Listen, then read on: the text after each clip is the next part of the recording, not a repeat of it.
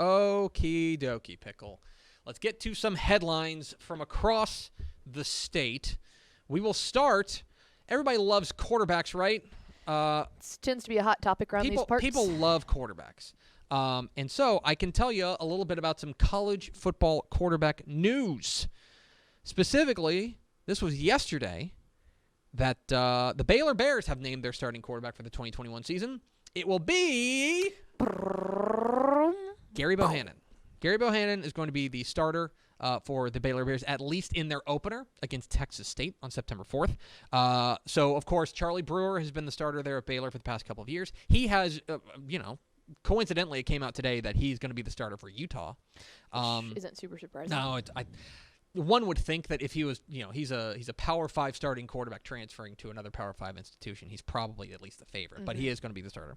But, of course, it came down to Bohannon, sophomore Jacob Zeno, and the redshirt freshman Blake Shapen. Turns out it is Gary Bohannon, which is interesting because during the spring, we had been hearing that Jacob Zeno was going to be the guy, that he was going to be the guy, although apparently Zeno kind of finished a little bit, sputtered a little bit towards the end, and Bohannon looked really good, and so they've gone to Bohannon. He has not started a game for Baylor, but he has appeared in appeared in 13, including 9 back in 2019.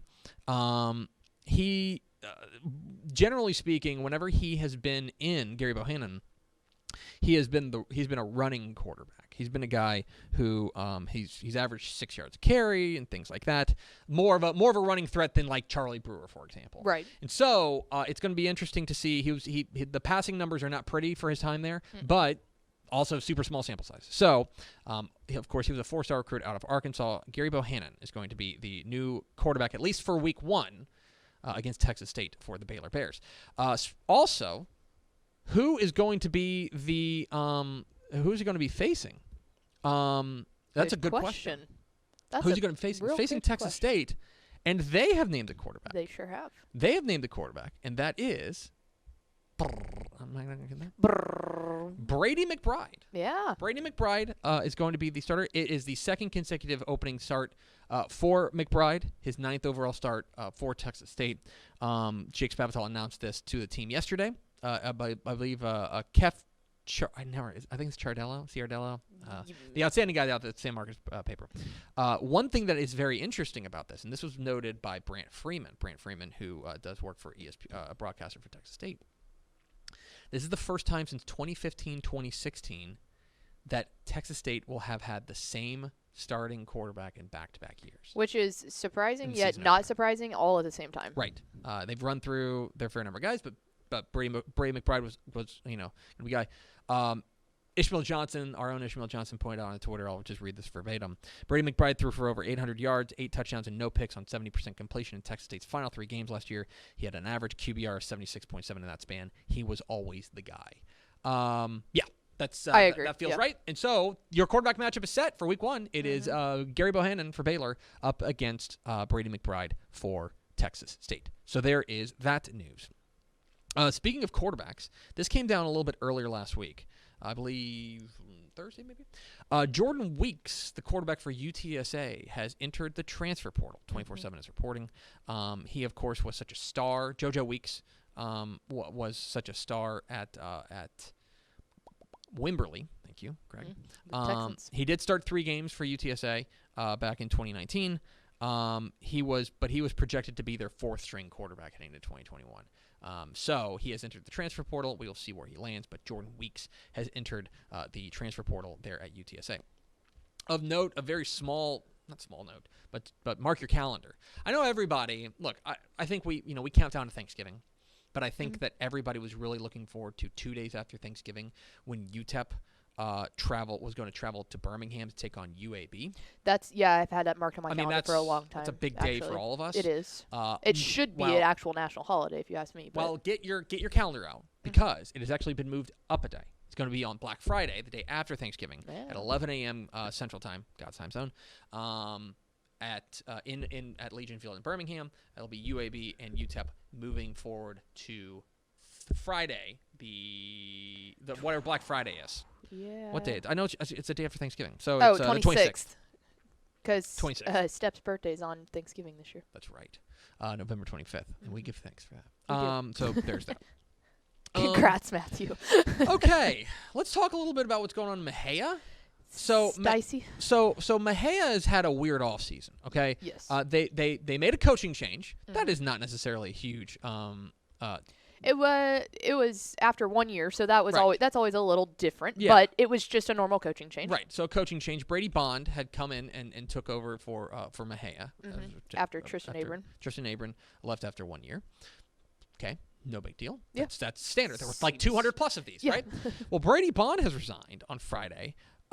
He did not coach a game for Mejia. This was he was only basically in name only, and so we and so what we saw there is Brady Bond resigned. I'm not going to get into the weeds as to why Brady Bond resigned. Yeah, from what I understand, there is an administrative issue between him and Mejia ISD for this or that or the other. Not particularly interested in getting into that. No. But they have promoted their defense coordinator, Aaron Knoll, who is very active on Twitter, I should say, longtime follower of mine, to be he's going to be the interim head coach for Mejia, for the Black Cats heading into 2021. Which interim head coach. You knew it was going to be internal. It had to be internal. I mean, it's a week, literally a week before the season starts. Coach Bond resigned on Friday. Right. So the 20th. He resigned on August 20th.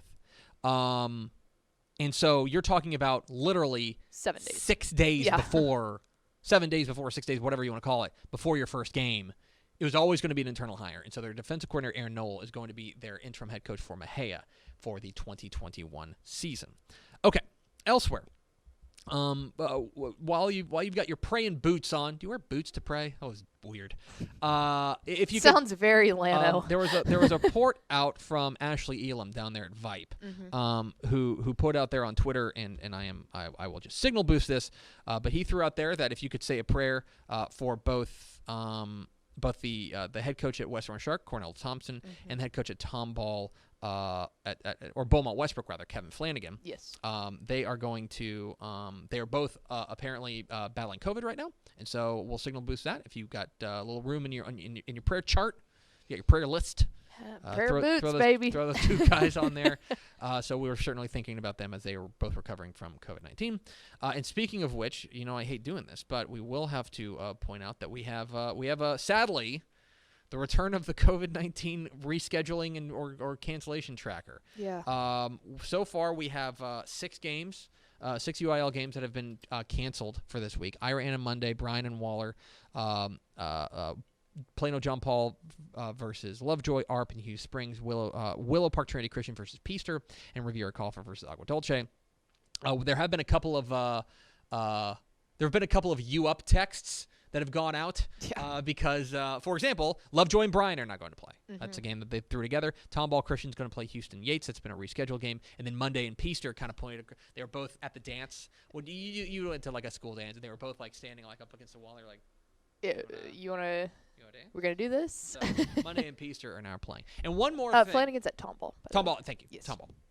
One more thing. One more thing. I know you're freaking out about the app, okay?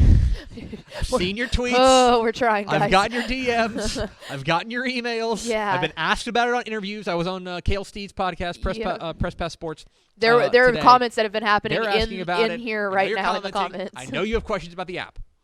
The app is rolling out a huge update early this week. Yes. I don't have a date for you. I know it's early this week. They're putting the finishing touches on it. We not only will have the schedules, which I know you're all very concerned about, the schedules, but we've also spent pretty much the whole off season like tweaking it and making it more user-friendly and making it a better app, we hope, knock on wood. So, right.